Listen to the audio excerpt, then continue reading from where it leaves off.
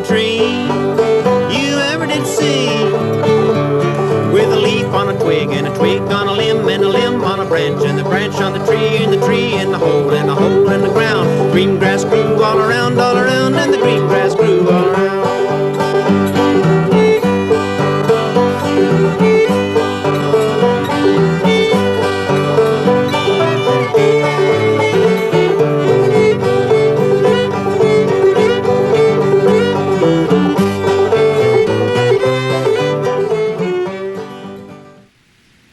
A farm tucked into the fold of a North Carolina hill. Dawn, much as it has been since the first settlers came. This is the way it was, and sometimes still is. I remember when I first started out the housekeeping, we washed on a kettle. We'd go out, I'd go out real early of a morning and get enough sticks, limbs, and wood to build a fire, and I'd get the old kettle, fill it full of water, and get him going. You see, directly my wife would come out with the clothes. That is before really we was able, I guess, to own a washing machine, but it's just hard to beat the old kettle type washing, because you usually come up with cleaner clothes then and with any, because it took more time, it took more labor, it took more effort, and through that effort you got whiter clothes.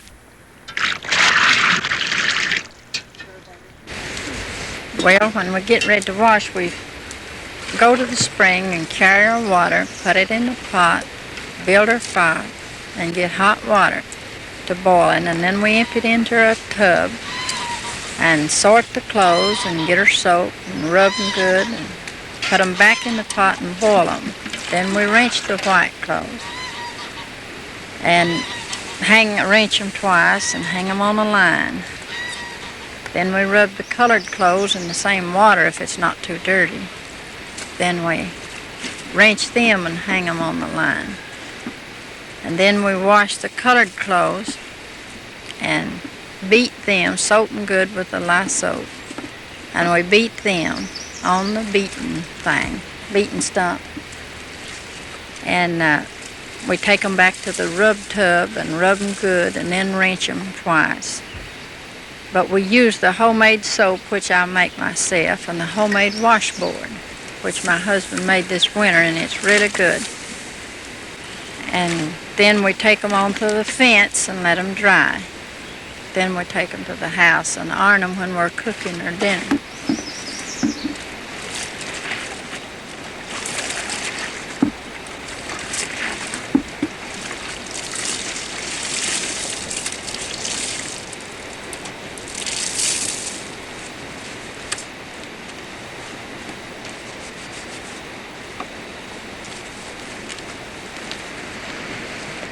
Well, it usually takes about all day when you're on a farm to wash where you have kids.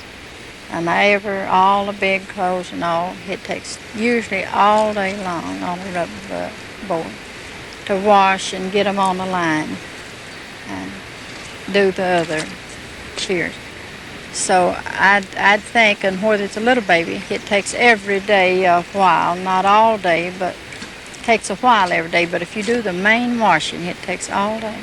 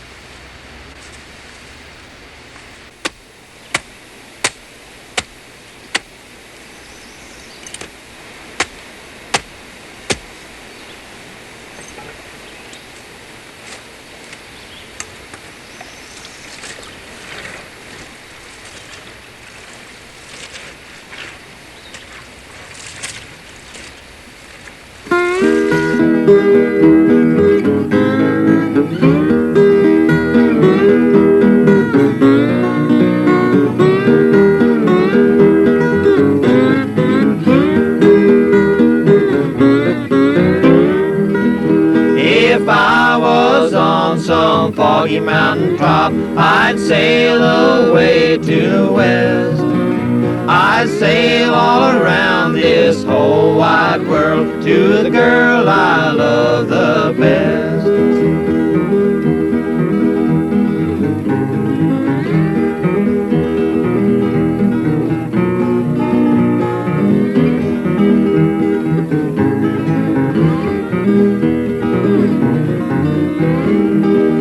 Oh, if you see that girl of mine, there's something you must tell her. She need not waste her time away to court some other feller. If I was on some foggy mountain top, I'd sail away to the west. I'd sail all around this whole wide world to the girl I love the best.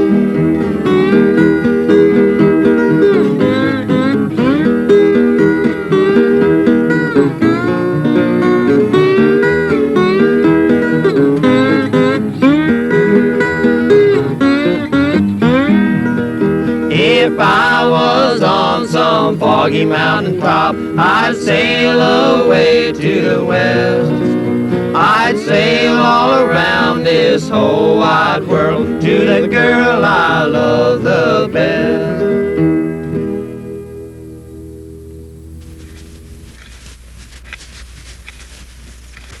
Now I'm hoeing out these early peas. These are the ones that you can plant and not have to worry about the frost getting them.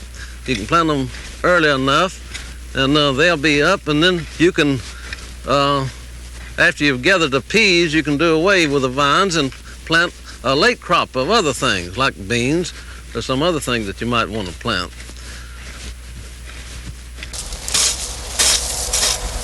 Oh, I like to watch things grow. I like to plant things in the garden and watch it grow up. And then, of course, you got the bad weather. Sometimes you can't get in there. But when it does rain a lot here, this is rich soil. And the morning glories come out as thick as hair on a dog's back. And you have to get in there and thin it out. And the grass is pretty thick, too. So it keeps you busy working in the garden, keeping it cleaned up. We grow a little bit of everything that the early pioneers were growing. Onions, potatoes, lettuce, peas, turnips and greens, pole beans, cucumbers, things like that. You'd be surprised at the number of grown men and women that will ask you about vegetables. They understand what they are when they see them in the grocery store on the shelf. But when a grown man asks you what a potato vine is, that's going a little bit too far. He's been buying potatoes all his life, and he should know what a potato vine looked like anyway. This is a handmade fence. It's the old-time picket fence like the early pioneers used. And in between the posts that we have is the old chestnut rails that the pickets are attached onto. I don't have a gate that's visible here to the public because I'm not making it open for everyone to go in and help themselves. I have a place where you can go in, but I block it up after I go in, and most people know that live around here knows where that gate is. I had one lady was walked in and picked onions before it was about 3 inches high. She had about 15 or 20 plants of onions, and things like that. Well, that's something you have to expect. I mean, there's no sign here saying stay out of the garden. Of course, we don't put one up to say help yourself either.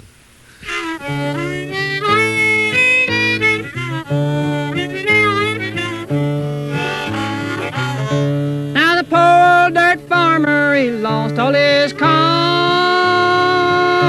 and now where's the money to pay off his loan? The loan that is signed to pay off his corn, to pay off his loan. Now the poor old dirt farmer, he lives all alone. His wife and kids left him and took all he owned. And on the next round, they took all they found that wasn't nailed down.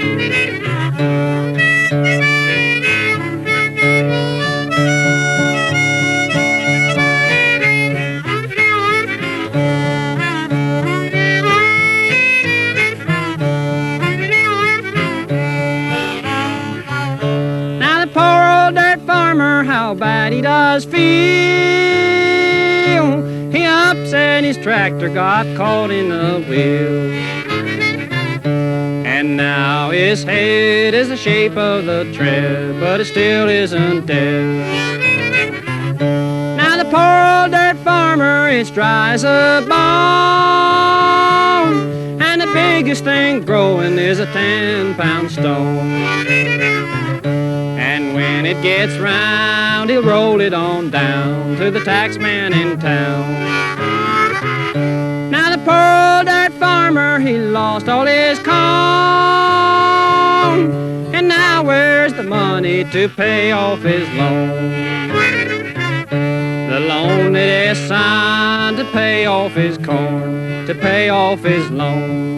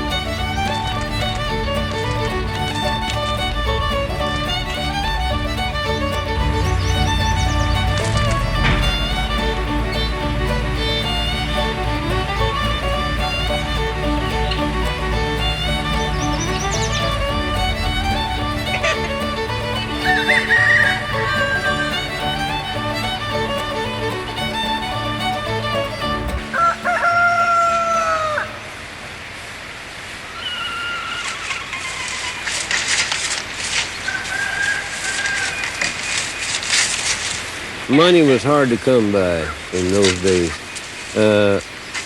I can remember when we took care of our pennies, just as careful with our pennies we are now with our $5 bills. Most of the labor didn't expect money for pay. A bigger part of them, they worked for produce, that they could use then and they're at home. Work a day for a bushel of corn, that was the rule. A day for a bushel of corn, a day for a bushel of potatoes. And sometimes the women folks would go off and where that they could, something that they could do for another family that way. Why, maybe they'd take some dried fruit or dried pumpkin or dried apples or something like that for their pay. A lot of the time we could go to the store and take stuff, produce that we had produced on our farm there.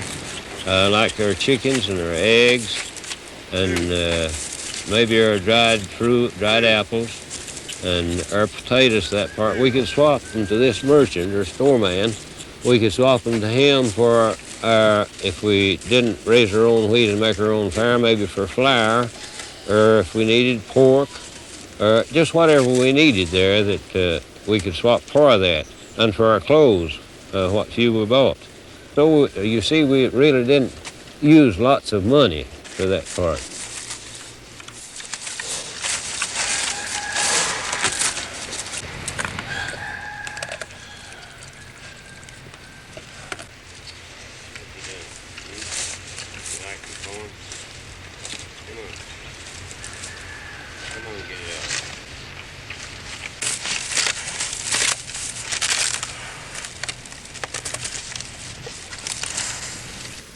We eat 3 meals a day, of a morning at 6 and 12 o'clock of a day and 5 of evening, 5:30, something like that. I can do it on the fireplace where I can't do it on an electric stove, for I don't even know how to operate one. I guess if you had a stove you could regulate it more, but if you're used to the fireplace you can just regulate it too. If you're used to it, you're used to it. It's just like cooking on the stove, these women today. And I've cooked on that for years. Best food in the world. You use hickory wood, most of the time green wood, so you'll have hot coals. And heat controls, if you'll just fix it right and have plenty of hot coals, that's what you need. You can control it by pulling your stuff out here on the hearth. That's where you cook it, but you have your coals real hot. Well, I'm cooking cornbread, and it come from a farm, ground, made. And then my sweet potatoes, I raised them on the farm, and I boiled them and then put sugar on them and butter and baked them. And my dumplings, I go raise the hen and cut her head off with an axe, pick the feathers off and swinge the hairs off, put her in the pot and boiled her. And I dropped my dumplings in. I made my dough, rolled it out, cut it in pieces and dropped them in. And my beans, I raise them in the garden, bring them out, string them, hang them on the wall and dry them.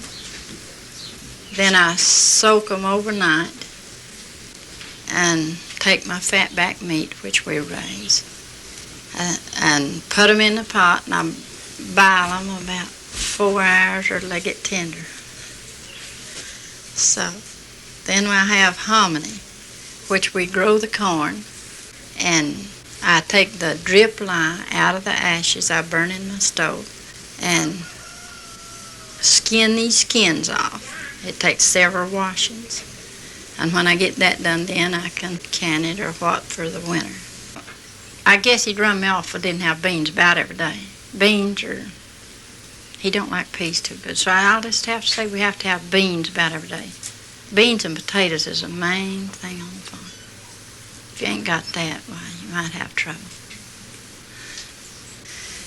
So then I have fruit cake, which I bake by my old recipe I always use. Gingerbread and dried apples that I dry myself on the farm. All of it's fixed there. I raise the pickles in the garden, bring them in, onions and cucumbers, pepper. And I slice them, put a cup of sugar and a cup of vinegar, and just bring them to a boil. Then they're ready. Only things I have to buy from the store is coffee, salt, and sugar, spices sometimes. I go to the mountain and dig my herbs, what I don't grow in the little patches. I grow golden seal, and the other just grows up in the holler, and I go get it. That's one thing, we've always had good stomachs. I think it's reason because we've been on the farm and raised it on the farm and cooked it and eat it there. I really think it's healthier that way. They never fail to eat. Everything is put on the table and nothing hurts him. Don't have to be a bit particular how you cook anything. Only just keep plenty of it cooked, especially cake. He eats his cake every time he comes through the kitchen.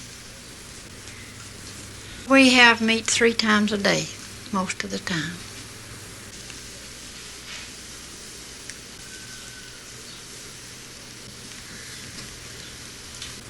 Of course, we don't have wild meat every day, but when it's good, we do.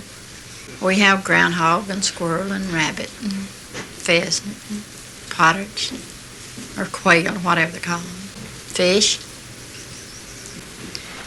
Well, we never did have too much bear meat. We have a rest more of deer meat, but the bears somehow runs too fast.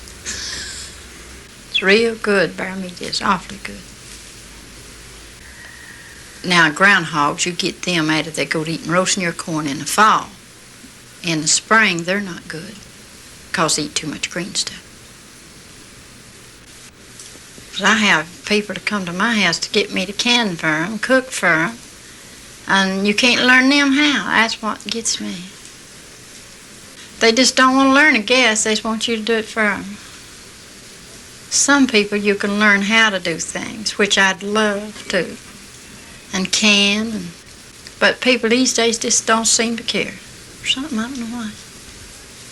They think it's too much, I think, now. The young people would rather just go to the store and buy something, make a sandwich, than to get out there in the garden and pick it. And I've had a lot of people that I've made garden stuff and offered to give to, and they would not put it up.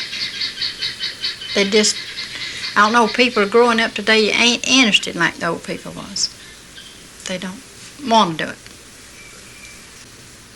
I don't think I'd like what they do. They might not like what I do. So I don't know where I'm losing or them losing. I'm happy with what I do. Maybe they're happy with what they do. But I hope I can teach somebody how to do. You know, it tickles me to teach somebody how to do something and them come back and tell me and I show them how.